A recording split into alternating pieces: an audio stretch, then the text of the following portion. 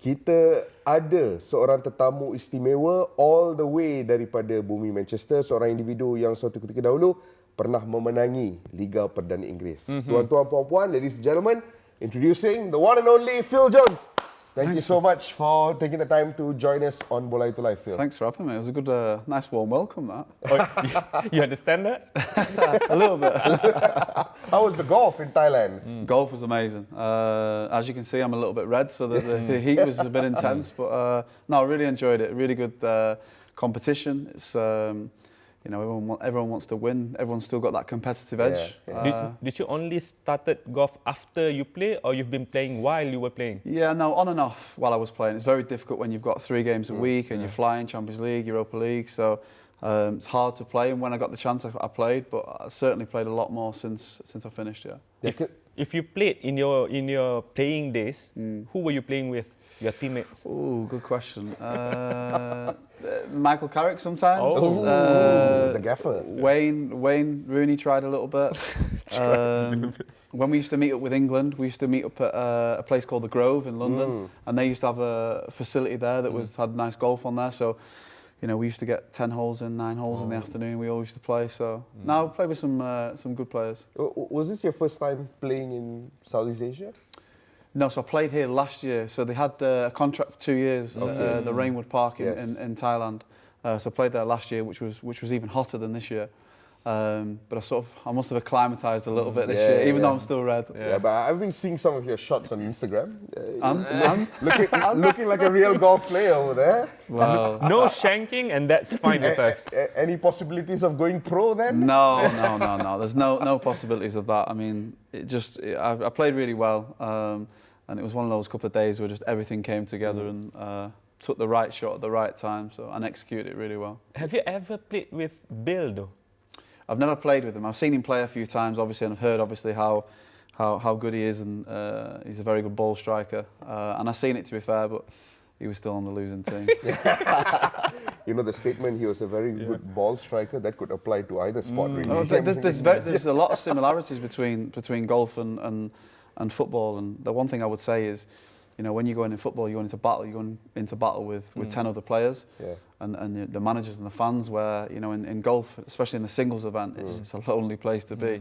So many thoughts going through your head about every shot, and but you have to overcome that, and that's the difference. You know, Phil, I want to start by talking a little bit about Man United, because Faiz and I are both Man United fans. We have spent the last few years getting absolutely slammed on social media every time we try to have a conversation with Man United because of exactly what the situation is like. The last time I met you was actually at Carrington, and it was a day before United played City, which was Michael Carrick's managerial debut as the interim this time around. There was a lot of nervousness before that game because we didn't know exactly what to expect.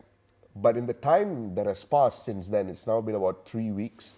We've had 3 victories. United have supplied the sort of emotions that United fans have been missing for a very long time. There's a real sense of bounciness in the step when you walk outside these days.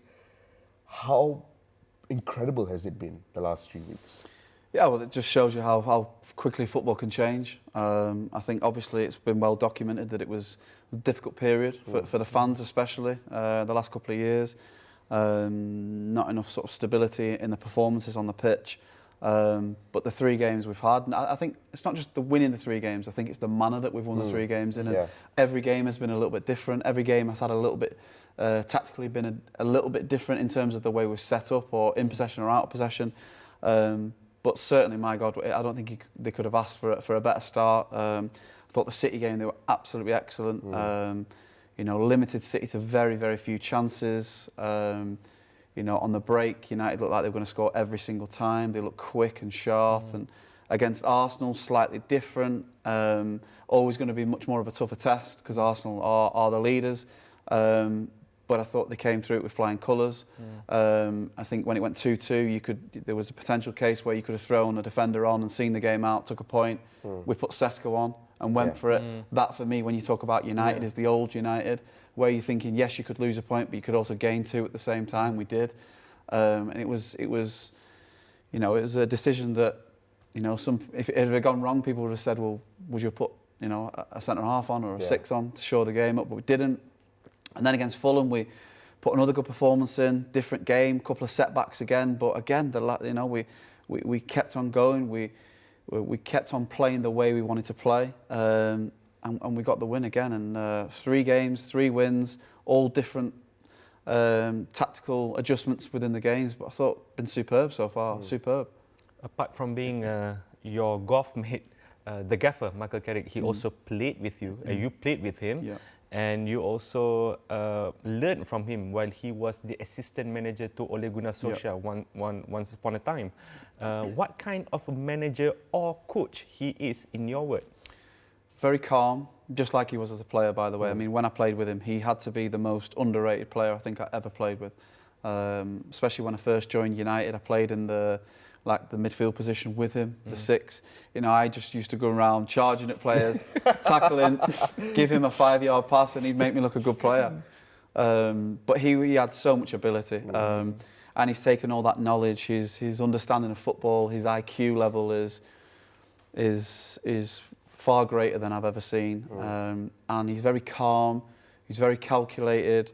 I think the way he dresses players, the way he speaks to players is exactly how you want to feel as a player. You want to feel engaged and you want to feel wanted and cared for and listened to. And all those factors for me play a huge part in management. I feel like you can have the best tactical knowledge and you can have the best, you can win as many titles as you want and the money as much as you want. But if you can't go into a team and gain players' trust and belief, then you get found out very quickly. But I think what he's done is exactly that. He's gained the trust of the players straight away. You can tell the players are engaging just by listening to some of the commentaries, the players' comments after the games. You can see the way that they're delivering on the pitch and the performances, the way that they press teams, the way it's just a completely different feel. And it's really hard to put into words, but it's exactly when you talk about the DNA and the history of the football club, it's exactly how you should represent wearing that Man United shirt. I was really fascinated by something Lisandro Martinez. I mean, he's been out and about praising Michael Carrick after games recently, but there was one particular interview where he's, at the end of his lines, he said something along the lines of, if you touch my heart, I will give you absolutely everything. And Michael has touched my heart. You have to feel that. As a player, you have to feel loved. Like, it's not. We're not talking about 20 years ago now, where you come into the changing room after the game and you'd be ranting, you'd be raving, you'd be throwing items around the changing room. It doesn't work like that anymore. Football's moved on. Football's adapted. You have to understand players in different ways, and different players understand you in different ways, and you have to find a way of managing that. And one player may be able to deal with a little bit more criticism than what another player would have. One player may see it a little bit better out on the pitch, where another player might see it a little bit better on a video or in a classroom. You have to get a feel for what the players want, and I think Michael Carrick's done that to an absolute T so far, and I'm so pleased for him because he's a really good friend, and he's been exceptional. And I think that the people that he's brought in with him as well. I think Steve Holland has been a wonderful appointment. I had Steve when I went away with England under Gareth, and I only have good things to say about he's Steve. He's a top guy, no? Top guy. On the grass, he's exceptional.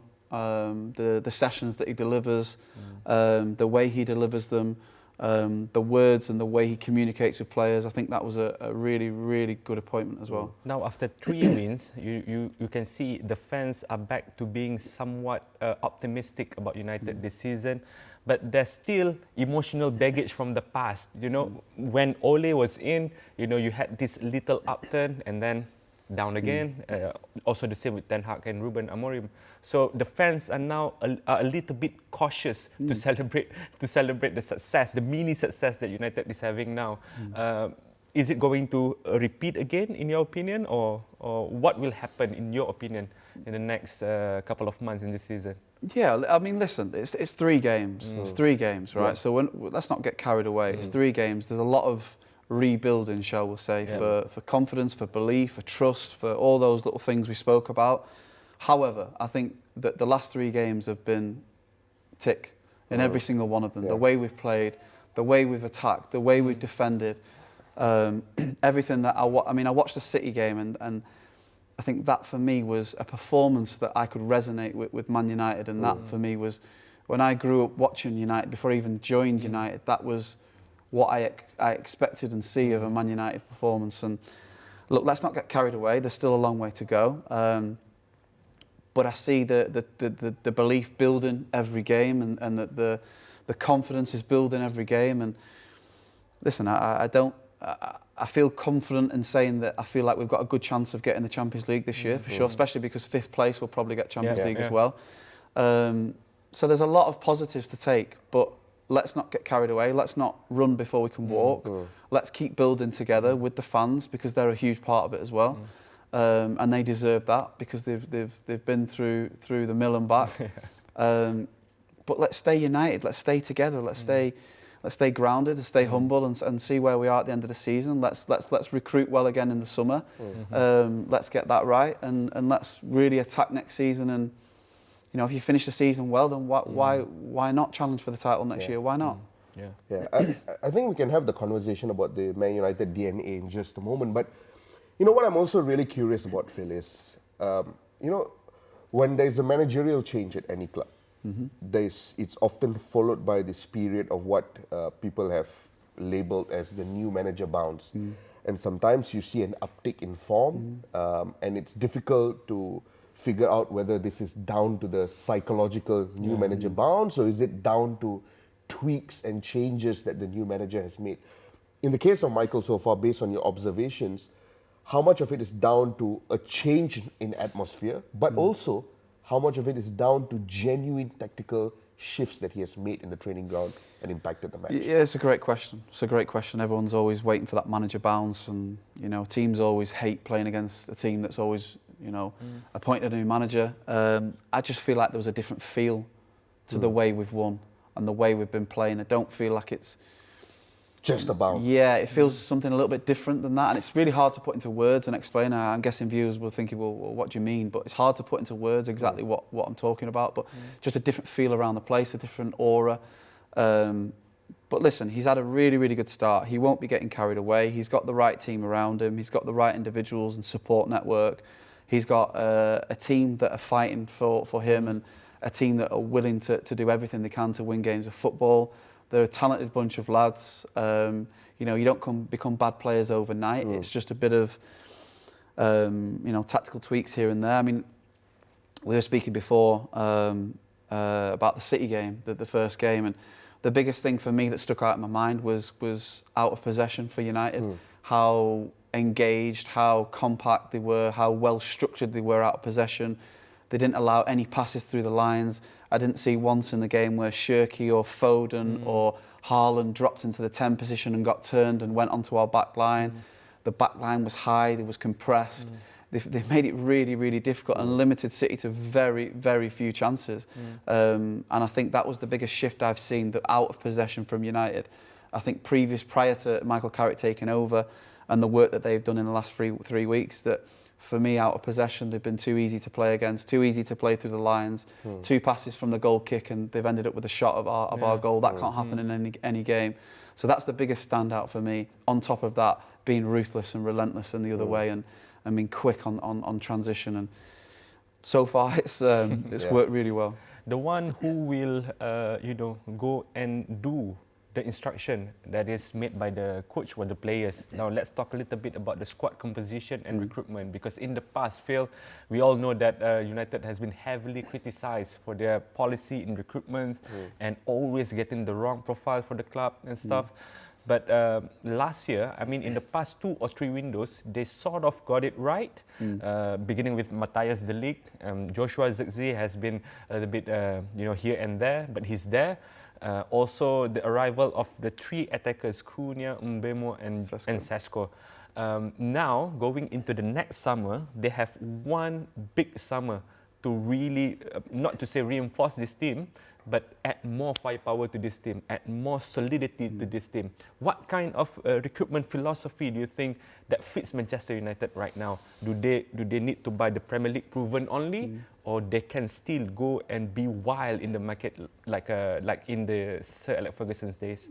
Yes, another good question. I think both. I think you have to have a balance.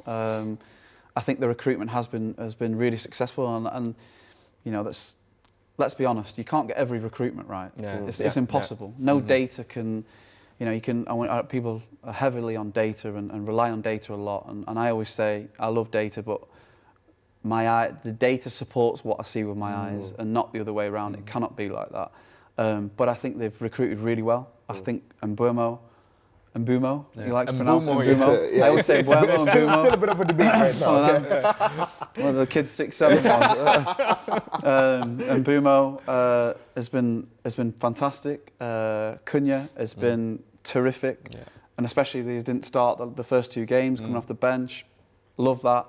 Sesko looks like he's found his form and he's found his feet, and it's great to see him scoring goals, because it's not easy being the number 9 at Man United. There's a big pressure being a number 9 at Man United, but it looks like he's heading in the right direction, which is great. De Ligt, I think, has been terrific this season since he got injured. But you can't stand still in the transfer market. You can't, and big teams always go again and go again and go again, and you can't stand still. I mean, if you're looking at the squad, I think they've got a really good balance. They're obviously going to lose Casemiro in the summer, who's came out and said that he's leaving. So that's going to be a void to fill. They're obviously playing Bruno higher up now. So does he bring somebody else to play in alongside Kobe? Maybe a 6, maybe a like a Kante-like type player. Kobe's the ball playing centre, number 6. Can you bring somebody else to play alongside that complements him really well? Do you go and get maybe another number 9 who could maybe a younger player, not necessarily who's going to start every game, but certainly compete with Sesko and Mbumo if he plays a false 9. But I don't think they'll stand still. But it's got to be right. You can't just go into the market and start picking names out of hats and going, we'll go with that 100 million, 50 million. It's got to fit the United way, the United tag. And I think that's what they've got right in the last sort of couple of windows. It's also the character, isn't it? I mean, when you look at someone like Cunha, he's beloved right now not just for his footballing ability, but it's also the sort of character, the persona, the personality that has been. He enjoys the pressure. Playing for Man United, I always say, and they always say, pressure is a privilege, and I understand that. But playing for Man United is huge pressure. There's no getting away from that. You are criticised when you win. You are criticised when you lose. You are criticised when you play well individually. You just got to deal with it and find a way to deal with it and cope with it and have a strong mentality to put that aside. But I think the way that those players have come in, especially Cunha, he looks like he thrives on that. He looks like he enjoys the pressure, and that's the type of personality and trait that you need at the football club. Picking that and finding them, is hard. It's difficult, especially younger players. You don't know how they're going to react to playing for Man United. You can have all the data, you can see them, you can watch game after game after game, but until you put them in that position, it's a gamble. But you're never going to get them all right. But I think, like I said, they've got more than not right in the last 12, 15 months. Maybe Cunha is a perfect example of what you said. The data follow your eye test and not the other way around. Yeah, I mean, that's just my opinion. That's just. A lot of teams do it differently. A lot of clubs do it differently. They'll use data to crunch the numbers together to sort of minimise the list of players who fit the profile of the characteristics of what they see in the football club and their philosophy. I hate the word philosophy, but it's the philosophy of the football club. But yeah, listen, they're going the right way, and they're in a good moment at the minute.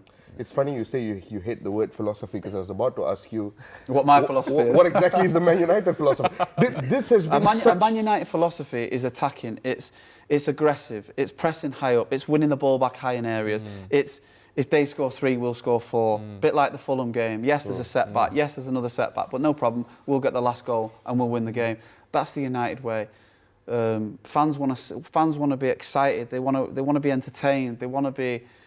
If you lose a game, no problem, and they can accept that, but there's a way to lose a game. There's this school of thought, though, Phil, and this is where I'm genuinely curious to get your thoughts. I think when we use the word the United way and exactly what you described, I think those are things that appeals to the emotions of United fans, even us, because we grew up watching that iteration of United, bombing down the wings, finding whatever it takes to win. Even Thierry Henry, I think, recently said on a show that the United way during his days was all about just finding a way to win, right? Doing whatever it takes to win. But there's a school of thought these days that suggests that in order to be dominant in the way football is played, you can't be a transition side. You've got to control possession, you've got to build up, you've got to dominate the ball. Whereas United in the past has been a bit more of a transition team. Yeah. Do you think that makes sense, or do you think there's still a room for a team to be a dominant transition team even today? I agree and disagree at the same time. I don't think you have to be a possession-based team. I don't think there's, I don't think you'll find stats that say that if you have more possession 9 times out of 10 you'll win the game of football. That's not the case. You can be. I always say that you can still be in control of the game without the ball.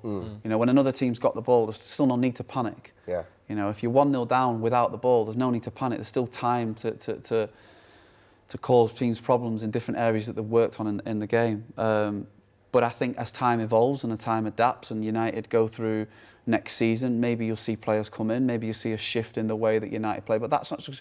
You can't bring a new manager in or appoint Michael Carrick and just expect everything just to fall in place and expect us to win every game to the end of the season with no problems, plain sailing, we're getting the Champions League and we're fighting for the league next year.